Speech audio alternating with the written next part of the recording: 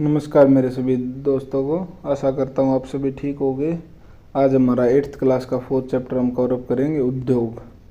ठीक है, इससे पहले जो हमारा 6th और 7th कंप्लीट कर चुके और 8th आज कंप्लीट हो जाएगी हमारी। ठीक है, जो इसकी समरी और नोट्स हैं वो मैं साथ साथ अपने टेलीग्राम चैनल पे डालता रहता हूँ, आप वहाँ से प्रिपेयर कर सकते हो। और जो आने वाला सीटेट है उससे पहले हम अपना जो पूरा सिलेबस है वो कवर अप कर लेंगे। ठीक है, आज है हमारा उद्योग। भाई उद्योग के बारे में पढ़ेंगे। भाई किस टाइप के उद्योग होते हैं, छोटे उद्योग होते हैं, भाई बड़े उद्योग होते हैं। ठीक है, छोटे उद्योग को जैसे छोटे उद्योगों में भाई कम बहुत ही कम मात्रा में पैसा लगता है, बड़े उद्योगों में ज़्यादा पैसा लगता है तो वो ज़्यादा आमदनियाँ होती है उनसे। ठीक है भाई, इनका वर्गीकरण कच्चे माल के आधार पे, भाई श्रम के आधार पर, इस टाइप से। फिर उसके बाद लोहा इस्पात पढ़ेंगे। ठीक है, चलो भाई आज हम अपना जो 4th चैप्टर वो स्टार्ट करते हैं। यह उद्योग क्या आपने कभी यह विचार किया है कि लिखने की अभ्यास पुस्तिका जो आप इस्तेमाल में लाते हैं वह विनिर्माण की लंबी प्रक्रिया के बाद आपके पास पहुंचती है। ठीक है भाई, वो विनिर्माण भी कर दिया जाता है उसका। ठीक है, इसके जीवन की शुरुआत वृक्ष से होती है, उसे काटा जाता है और लघुदी मिल ले जाया जाता है। वहाँ वृक्षों की लघुदी मिल वो होते हैं जहाँ पे भाई पेड़ों को ले जाकर और उनकी कटाई करके और पेपर बनाने के लिए उसको तैयार किया जाता है। ठीक है, वहाँ वृक्षों की लकड़ी को संसाधित एवं काष्ठ लुगदी में परिवर्तित किया जाता है। काष्ठ लुगदी को रासायनिक द्रव के साथ मिलाया जाता है और अंततः मशीनों के द्वारा कागज के रूप में परिवर्तित किया जाता है। यह कागज प्रेस में जाता है जहाँ रसायनों से निर्मित स्याही का इस्तेमाल पृष्ठों पर रेखाएं छापने में किया जाता है, जैसे लाइन। ठीक है, इसके उपरांत पृष्ठों को अभ्यास पुस्तिका के रूप में बांधकर वह पैक करके बिक्री के लिए बाजार भेज दिया जाता है। अंत में यह आपके हाथों में पहुंचती है। ठीक है भाई, पता चल गया हम जो पेपर यूज़ करते हैं उसकी कैसे कैसे मैन्युफैक्चरिंग होती है। ठीक है, चलो आगे। द्वितीय क्रियाकलाप या विनिर्माण में कच्चे माल को लोगों के लिए अधिक मूल्य के उत्पादों के रूप में परिवर्तित किया जाता है, जैसे कि आपने देखा लघुदी मिल के रूप में और कागज अभ्यास पुस्तिका के रूप में। ये विनिर्माण प्रक्रिया के 2 चरण प्रदर्शित करते हैं। ठीक है, उद्योग का संबंध आर्थिक गतिविधि से है जो कि वस्तु के उत्पादन, खनिजों के निष्कर्षण अथवा सेवाओं की व्यवस्था से संबंधित है। इस प्रकार लोहा और इस्पात उद्योग वस्तुओं के उत्पादन से संबंधित है, क्योंकि वो जो वस्तुएं बनाते हैं हम उनके बहुत ज़्यादा यूज में आते हैं। ठीक है, कोयला खनन उद्योग कोयले को धरती से निकालने से संबंधित है तथा पर्यटन सेवा देने से संबंधित उद्योग है। ठीक है, चलो भाई अब यहाँ से मेन है स्टार्ट होता है हमारा आज का चैप्टर, उद्योगों का वर्गीकरण। ठीक है भाई, कैसे कैसे उद्योगों का वर्गीकरण होता है। उद्योग का वर्गीकरण कच्चा माल के आधार पर कच्चा माल आकार और स्वामित्व के आधार पर किया जाता है। कच्चे माल के उपयोग के आधार पर उद्योग कृषि आधारित, खनिज आधारित, समुद्र आधारित और वन आधारित हो सकते हैं। भाई उद्योग कृषि आधारित में जैसे अपनी फसलें होगी। ठीक है, अच्छा खनिज आधारित जैसे हम कोयला वगैरह ये इस टाइप से निकालते हैं, वो कच्चा माल हो गया। समुद्र आधारित हो गए भाई। ठीक है, वन आधारित जैसे हमारे स्टार्टिंग में पेड़ पौधे हो गए, इस टाइप से। ठीक है, चलो कृषि आधारित उद्योग कच्चे माल के रूप में वनस्पति और जंतु आधारित उत्पादों का उपयोग करते हैं। खाद्य संसाधन, वनस्पति तेल, सूती वस्त्र, डेयरी उत्पाद और चर्म उद्योग कृषि आधारित उद्योग के उदाहरण हैं। ठीक है, खनिज आधारित उद्योग प्राथमिक उद्योग है। ये आपसे पूछ लिया जाएगा भाई खनिज आधारित उद्योग है वो कैसे हैं। वो प्राथमिक उद्योग है जो खनिज अयस्कों का उपयोग कच्चे माल के रूप में करते हैं। इन उद्योगों के उत्पाद अन्य उद्योगों का पोषण करते हैं। ठीक है, अयस्क से निर्मित लोहा खनिज आधारित उद्योगों का उत्पाद है। यह कई अन्य उत्पादों के विनिर्माण के लिए कच्चे माल के रूप में प्रयुक्त किया जाता है, जैसे भारी मशीनों, भवन निर्माण सामग्री तथा रेल के डिब्बे बनाने के लिए। ठीक है भाई, जो लोहा इस्पात है इसका बहुत ज़्यादा इस टाइप से यूज किया जाता है। ठीक है, समुद्र आधारित उद्योग सागरों और महासागरों से पर्याप्त उत्पादों का उपयोग कच्चे माल के रूप में करते हैं, उसे समुद्र आधारित उपयोग करते हैं। जैसे समुद्री खाद्य प्रसंस्करण उद्योग और मत्स्य तेल, जो मछलियों से तेल प्राप्त होता है वो। ठीक है, वन आधारित उद्योग वनों से प्राप्त उत्पाद का उपयोग कच्चे माल के रूप में करते हैं। लघुदी एवं कागज, औषध, रसायन, फर्नीचर और भवन निर्माण वनों से संबंधित उद्योग हैं, ठीक है। जो भी ये फर्नीचर वगैरह या औषधि ये सब वनों से। फिर आता हमारा आकार के अनुसार। भाई कुछ उद्योग होते हैं जो बड़े भी होते हैं, उनके लिए में ज़्यादा पैसा, ज़्यादा कर्मचारियों की आवश्यकता होती है। कुछ उद्योग छोटे होते हैं जिसमें एक फैमिली काम कर सकती है और हमें ज़्यादा पूंजी का श्रेय नहीं करना पड़ता, ठीक है। उद्योग का आकार तात्पर्य निवेश की गई पूंजी की राशि, नियोजित लोगों की संख्या और उत्पादन की मात्रा से है कि उन्होंने कितना उत्पादन करना है। आकार के आधार पर उद्योगों को दो भागों में बांटा जा सकता है, लघु आकार के उद्योग और वृहत आकार के उद्योग। कुटीर या घरेलू उद्योग छोटे पैमाने के उद्योग हैं, ठीक है। जो जिन्हें हम कुटीर और घरेलू कहते हैं ना, ये छोटे पैमाने के उद्योग हैं जो ये घर में होते हैं, जो एक घर में कार्य करते हैं, जैसे वही छोटा लिफाफा बनाना, इस टाइप से, ठीक है। और वृहत आकार के उद्योग दूसरे, ठीक है, जिसमें दस्तकारों के द्वारा उत्पादों का निर्माण हाथ से होता है। टोकरी बनाना, मिट्टी के बर्तन और अन्य हस्त निर्मित वस्तुएं कुटीर उद्योग के उदाहरण आपसे पूछा जाता है। कुटीर उद्योग क्या होता है और इसके एग्जाम्पल, ठीक है। बड़े पैमाने के उद्योग जो बड़ी मात्रा में वस्तुओं का उत्पादन करते हैं, उनकी तुलना में छोटे पैमाने के उद्योग कम पूंजी व प्रौद्योगिकी का उपयोग करते हैं, ठीक है। कम पूंजी और प्रौद्योगिकी, जो उनके पास जितना भी हो सकता है उससे वो अपना काम चलाते हैं। बड़े पैमाने के उद्योगों में पूंजी का निवेश अधिक होता है और प्रयुक्त प्रौद्योगिकी उच्च स्तरीय होती है। रेशम बुनाई और खाद्य प्रकरण उद्योग लघु पैमाने के उद्योग हैं। ऑटोमोबाइल और भारी मशीनों का उत्पादन बड़े पैमाने के उद्योग है, ठीक है। अगर वो ज़्यादा पैसा लगाएंगे तो उनको उत्पाद भी ज़्यादा मिलेगा, ठीक है। फिर आता स्वामित्व। स्वामित्व के आधार पर उद्योगों को निजी क्षेत्र, राज्य स्वामित्व अथवा सार्वजनिक क्षेत्र, संयुक्त क्षेत्र और सहकारी क्षेत्र में वर्गीकृत किया जाता है, ठीक है। निजी क्षेत्र क्या होता है, ठीक है, जो अपना खुद का होता है। निजी क्षेत्र के उद्योग का स्वामित्व और संचालन या तो एक व्यक्ति द्वारा या व्यक्तियों के समूह द्वारा किया जाता है, ठीक है। सार्वजनिक क्षेत्र के उद्योग का स्वामित्व और संचालन सरकार द्वारा होता है, जैसे हिंदुस्तान एरोनॉटिक लिमिटेड और steel authority of India limited, ठीक है। ये लिमिटेड होती हैं भाई, ठीक है, इन्हें सरकार के अंडर में भी आती हैं। संयुक्त क्षेत्र के उद्योग का स्वामित्व और संचालन राज्य और व्यक्तियों अथवा व्यक्तियों के समूह द्वारा किया जाता है, जैसे मारुति उद्योग लिमिटेड संयुक्त क्षेत्र के उद्योग का एक उदाहरण है जो अपने गुड़गांव में, ठीक है भाई। ये स्वामित्व और जो संचालन राज्य और व्यक्तियों तथा अथवा व्यक्तियों के समूह द्वारा किया जाता है, उधर कमेटी बनाई जाती है और उनसे होता है, ठीक है। लास्ट है हमारा सहकारी क्षेत्र के उद्योगों का स्वामित्व और संचालन कच्चे माल के उत्पादकों या पूर्तिकारों, कामगारों अथवा दोनों द्वारा होता है, ठीक है। आनंद मिल्क यूनियन लिमिटेड एवं सुधा डेयरी सहकारी उपक्रम के उत्तम उदाहरण है, ठीक है भाई। इसमें किस किस का सहयोग होता है, जो माल के उत्पादक हैं और जो पूर्तिकार हैं और कामगार हैं, ठीक है। चलो, उद्योगों की अवस्थी को प्रभावित करने वाले कारक, ठीक है। तो आप पहले इस साइड लेफ्ट साइड देख सकते हो भाई, क्या क्या चाहिए। संचार चाहिए हमें, परिवहन चाहिए, इधर से उधर ले जा सके, भूमि चाहिए भाई अच्छी, ठीक है। विद्युत चाहिए, वहाँ पे बिजली की सुविधा हो, ठीक है। कच्चा माल चाहिए, श्रम चाहिए अच्छी, ठीक है। पूंजी चाहिए भाई, उसी से हम अपनी आय को बढ़ा सकते हैं। बाजार चाहिए और जल चाहिए, बाजार में विक्रय करने के लिए चाहिए। वे कारक जो उद्योगों की अवस्था को प्रभावित करते हैं, कच्चे माल की उपलब्धता, भूमि, जल, श्रम शक्ति, पूंजी, परिवहन और बाजार के उद्योग है भाई। हम सोच सकते हैं अगर हम उद्योग बाहर ज़्यादा दूर लगाते हैं तो क्या करेंगे, वहाँ पे पहली बात ट्रांसपोर्ट की फैसिलिटी अच्छी नहीं होगी, जो कर्मचारी वहाँ आने जाने में अव्यस्त होंगे, मतलब वो प्रॉपर वे में भी नहीं पहुँच पाएंगे, ठीक है। तो हमें ये चीज़ परिवहन के भी ज़रूरी है, ठीक है। चलो, उद्योग उन स्थानों पर केंद्रित होते हैं जहाँ इनमें से कुछ या ये सभी कारक आसानी से उपलब्ध होते हैं, ठीक है। कभी कभी सरकार कम दाम पर विद्युत उपलब्ध, कम परिवहन लागत तथा अन्य अवसंरचना और प्रोत्साहन प्रदान करती है ताकि पिछड़े क्षेत्रों में भी उद्योग स्थापित किए जा सकें। औद्योगिकरण से प्राय नगरों और शहरों का विकास एवं वृद्धि होती है। ये बात सत्य भी है और गलत भी है, ठीक है। अगर भाई शहरों में उद्योग होंगे तो वो प्रदूषण भी करेंगे, उससे आदमियों जो व्यक्ति हैं उनको भाई हानियाँ भी होंगी, सांस लेने में भी दिक्कत होगी, ठीक है। जैसे अपना दिल्ली है, ज़्यादातर उधर पोल्यूशन बहुत ज़्यादा है, ठीक है। तो ये ज़्यादातर भाई बाहर ही होनी चाहिए, ठीक है। औद्योगिक तंत्र भाई, औद्योगिक तंत्र कैसे काम करता है। औद्योगिक तंत्र में निवेश, प्रक्रम और निर्गत शामिल है, ठीक है। निवेश में कच्चा माल, श्रम और भूमि की लागत, जल की उपलब्धता, परिवहन, विद्युत और अन्य संरचना।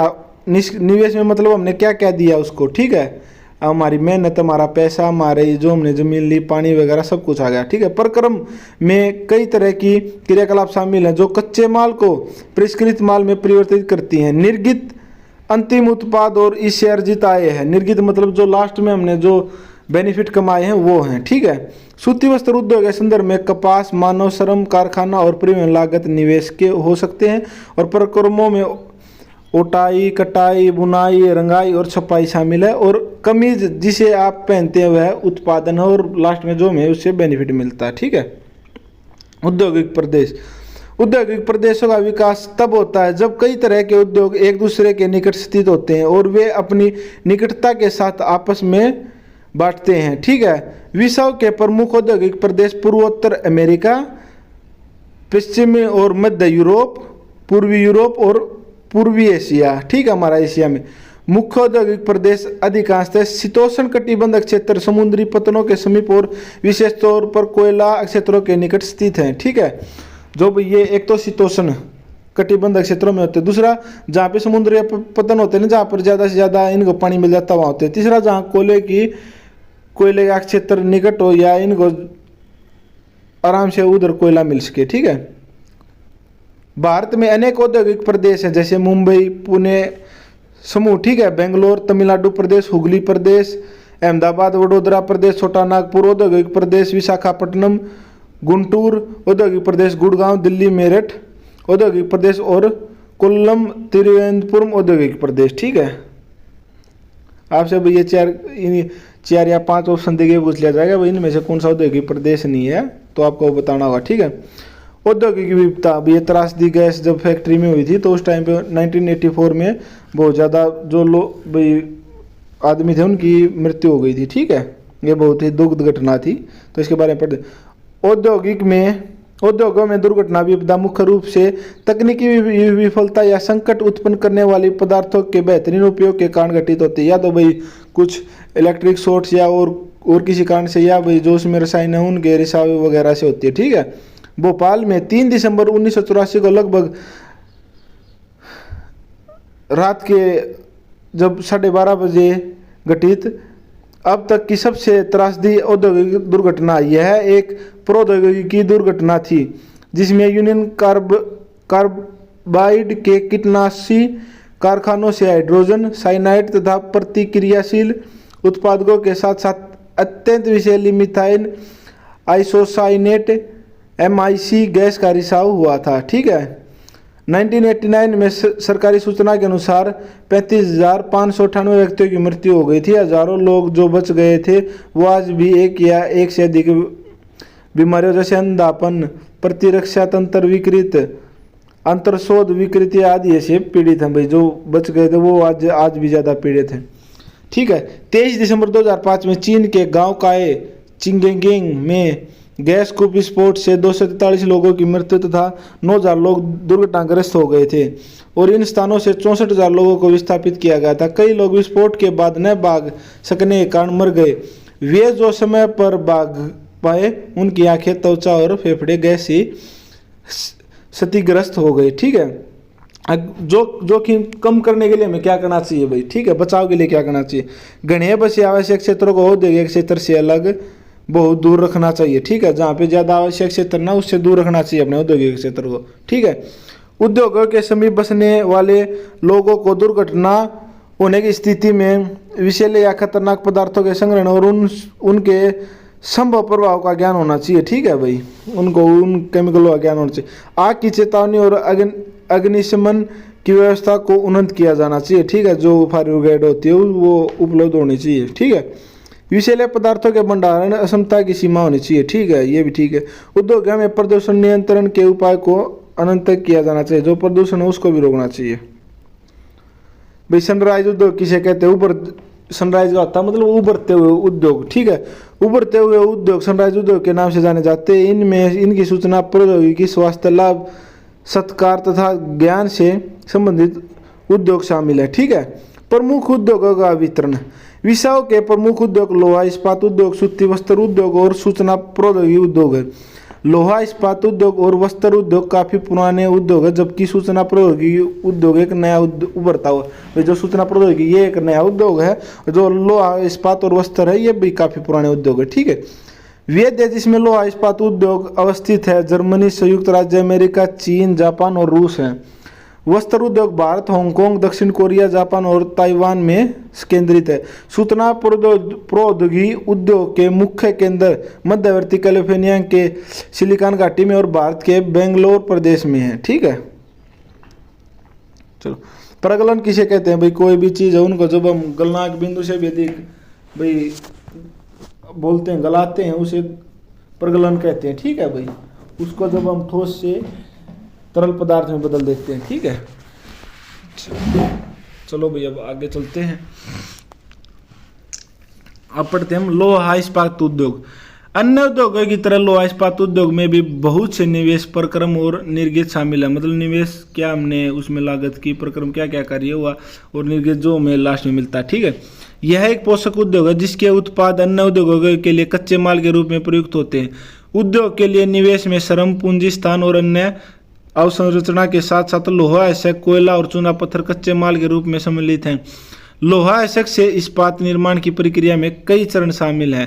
कच्चे माल को जोखा भट्टी में रखा जाता है। ठीक है भाई, जहाँ यह प्रगलित होता है, जहाँ इसको पिघलाया जाता है, इसके बाद यह परिशोधित होता है, इसको दोबारा से शोधित किया, प्राप्त उत्पाद इस्पात होता है जो अन्य उद्योगों में कच्चे माल के रूप में प्रयुक्त किया जाता है। ठीक है, इस्पात कड़ा होता है और इसे आसानी से काटा और आकार दिया जा सकता है अथवा इससे तार बनाया जा सकता है। एल्यूमिनियम, निकिल, तांबा जैसी अन्य धातुओं को थोड़ी थोड़ी मात्रा में इस्पात में मिलाकर इसकी मिश्रित धातुएं बनाई जा सकती हैं। मिश्रित धातु इस्पात को आसान असामान्य कठोरता, दृढ़ता और जंग प्रतिरोधक क्षमता प्रदान करती है कि भाई जंग बहुत कम लगेगा उसमें। ठीक है, इस्पात प्राय आधुनिक उद्योगों का मुरुदंड कहलाता है। लगभग सारी वस्तुएं जिनका हम लोग उपयोग करते हैं वे या तो लोहा या इस्पात से बने हैं अथवा इन धातुओं से निर्मित औजारों और मशीनों से बने हैं। पोत, रेलगाड़ी, ट्रक और ऑटो अधिकांशतः इस्पात से बने हैं। यहाँ तक कि सेफ्टी पिन और सुई जिनका उपयोग आप करते हैं वे भी इस्पात से बनती हैं। तेल कूप इस्पात से बनी मशीनों से विद्युत किया जाते हैं। ठीक है, जो तेल कूप भी बनते हैं। इस्पात की पाइपलाइन से तेल परिवाहित किया जाता है। खनिजों का खनन इस्पात के उपकरणों से, जो भाई खनन करते हैं ना हम खनिजों का, वो भी भाई जो इस्पात से बनाए जाते हैं उपकरण उससे ही करते हैं। ठीक है, कृषि के यंत्र भाई जो भी हम कृषि करने के लिए बनाते हैं। ठीक है, अच्छा 1800 ईस्वी के पूर्व इस्पात उद्योग वहां स्थित थे जहां कच्चा माल, विद्युत आपूर्ति और बहता जल आसानी से उपलब्ध हो जाता था। ठीक है भाई, उसके बाद वो समुद्र के पास ज्यादा होने लगे। ठीक है, बाद में उद्योगों के लिए आदर्श स्थिति कोयला क्षेत्र के समीप नहरों और रेलवे के निकट थी। ठीक है, 1950 के बाद लोहा और इस्पात उद्योग समुद्र पतन के नजदीक सपाट भूमि के विशाल क्षेत्र में केंद्रित होने शुरू हो गए। ऐसा इसलिए हुआ क्योंकि इस्पात निर्माण कार्य इस समय तक बहुत विशाल हो गया था और लोहा एसक विदेश से आयात करना पड़ता था। ठीक है भाई, कम हो गया था और उधर से करना पड़ता था। भारत में लोहा इस्पात उद्योग कच्चा माल, सस्ते श्रमिक, परिवार और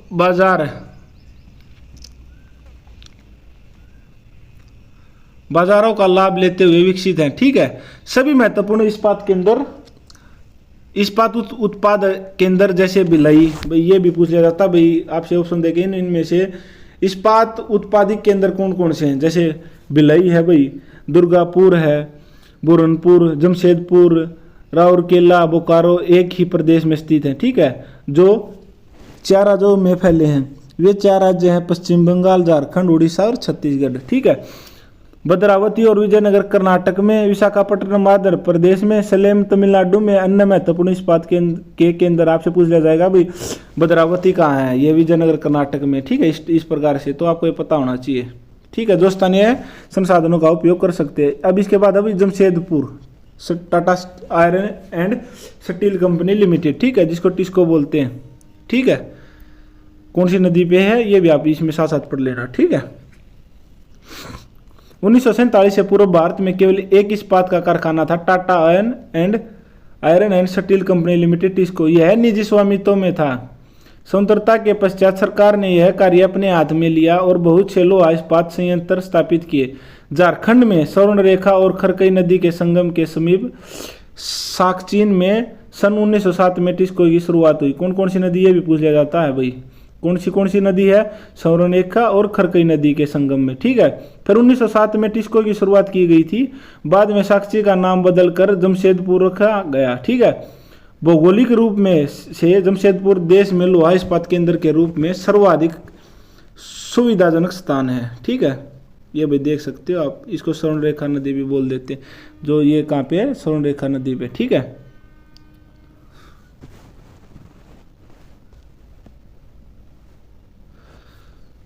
साकची को कई कारणों से इस्पात संयंत्र स्थापित करने के लिए चुना जाता है, ठीक है, चुना गया है। यह स्थान बंगाल नागपुर रेल मार्ग एवं कालीमाटी स्टेशन से मात्र 32 किलोमीटर की दूरी पर था। यह स्थान लोहा, एसक, कोयला और मैग्नीज निक्षेप के साथ साथ कोलकाता के निकट भी था, जहां विशाल बाजार उपलब्ध था। टिस्को को जरिया कोयला क्षेत्र से कोयला और ओडिशा तथा छत्तीसगढ़ से लोहा, एस्क, चूना पत्थर, डायनामाइट और मैग्नीज प्राप्त होता है, ठीक है। ये पूछा जाता है भाई, इसको कहाँ से? उड़ीसा तथा छत्तीसगढ़ से लोहा, एस्क, चूना पत्थर, डायनामाइट और मैग्नीज प्राप्त होता है। खरकई और स्वर्ण रेखा नदी से पर्याप्त जल की आपूर्ति होती है। सरकारी प्रोत्साहनों से इसे पर्याप्त पूंजी उपलब्ध भी होती है, ठीक है। जैसे सरकारी है ना भाई, ये सरकारी भी है, स्वामित्व तो आपने पढ़ लिया था, तो सरकार से भी इनको पूंजी प्राप्त होती है। जमशेदपुर में टिस्को की स्थापना के बाद कई अन्य औद्योगिक संयंत्र स्थापित किए गए हैं। इनमें रसायन, इंजनों के पुर्जे, कृषि उपकरण, मशीनें, टीन की चादरें, केबल और तार का उत्पादन भी किया जाता है, जो भी लोहे से बनती है, ठीक है भाई। भारत में लोहा इस्पात उद्योग के विकास से तवरतीय औद्योगिक विकास आरंभ हुआ, ठीक है, मतलब ज्यादा से ज्यादा जल्दी होने लगा। भारतीय को उद्योग के लगभग सभी क्षेत्र अधिकांशतः अपने आधारभूत अवसंरचना के लिए लोहा इस्पात उद्योग पर निर्भर है। भारतीय लोहा इस्पात उद्योग में वरहित समाकलित इस्पात संयंत्रों के साथ साथ धातु के साथ साथ लघु इस्पात मिल भी सम्मिलित हैं। इसमें द्वितीय उत्पादक, रोलिंग मिल और सहायक उद्योग भी शामिल है, ठीक है भाई। ये हमारा लास्ट है, ये भाई पिट्सबर्ग में जो एक लोहा इस्पात उद्योग उसके बारे में अध्ययन दिया हुआ है। यह संयुक्त राज्य अमेरिका का एक महत्वपूर्ण इस्पात नगर है। पिट्सबर्ग के इस्पात उद्योग को स्थानीय सुविधाएं उपलब्ध है। कच्चा माल जैसे कोयला पिट्सबर्ग में ही उपलब्ध है, जबकि लोहा एस्क मोनेसोटा की लोहे की खानों से प्राप्त होता है, जो पिट्सबर्ग से लगभग 1500 किलोमीटर दूर है। इन खानों और पिट्सबर्ग के बीच नौ परिवहन का सर्वोत्तम मार्ग ग्रेट लेक्स जलमार्ग आता है, ठीक है। यह एस्क के नौ परिवहन हेतु सस्ता मार्ग है। ग्रेट लेक के पिट्सबर्ग क्षेत्र तक लोहा एस्क रेलगाड़ी से लाया जाता है, ठीक है। पहले नो उसमें लाया जाता है नो परिवहन, उसके बाद फिर रेलगाड़ी से। ओहियो मोनोगेला और एलगनी नदियों से प्राप्त जल प्राप्त होता है। यही पूछा जाता है भाई, पिट्सबर्ग में जो अपना लोहा उसको किन नदियों से जल प्राप्त होता है? तो ये 3 नदियां। आज पिट्सबर्ग में बहुत कम बड़ी इस्पात मिल है, ठीक है। ये मिल पिट्सबर्ग के ऊपर मनोहेला और एलगनी नदी की घाटियों में तथा पिट्सबर्ग के नीचे ओहियो नदी के सहारे स्थित है। परिष्कृत इस्पात स्थल और जल दोनों मार्गों द्वारा बाजार में भेजा जाता है, ठीक है। पिट्सबर्ग क्षेत्र में इस्पात मिलों की अतिरिक्त कई अन्य कारखाने हैं। ये रेल पटरी उपकरण और भारी मशीनों के उत्पाद में इस्पात का प्रयोग कच्चे माल के रूप में करते हैं, ठीक है भाई। तो आप इसको और पढ़ लेना, इसकी समरी आज इसमें एमसीक्यू है नहीं जो हम आपको कवर करवाएं, बाकी जो इसके नोट्स है वो मैंने डाल दिए, ठीक है। तो आप उधर से देख लेना।